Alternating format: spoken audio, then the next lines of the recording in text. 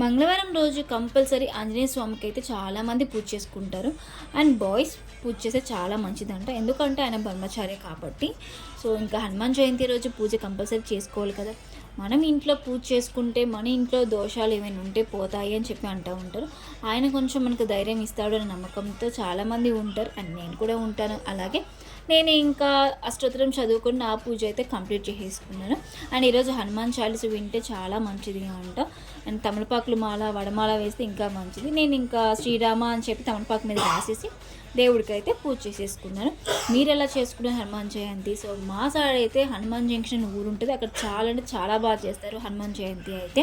మీకు ఎవరైనా తెలిస్తే నాకైతే కమెంట్ చేసేయండి. నా ఛానల్ ఎవరైనా సబ్స్క్రైబ్ చేసుకోకపోతే చేసేసుకోండి. ఈరోజు పానకం పెడతారంట దేవుడికి. నేను మిస్ అయిపోతానేమో అనుకున్నాను. ఇంకా మా స్టాప్ దగ్గర అయితే టెంపుల్ ఉంది.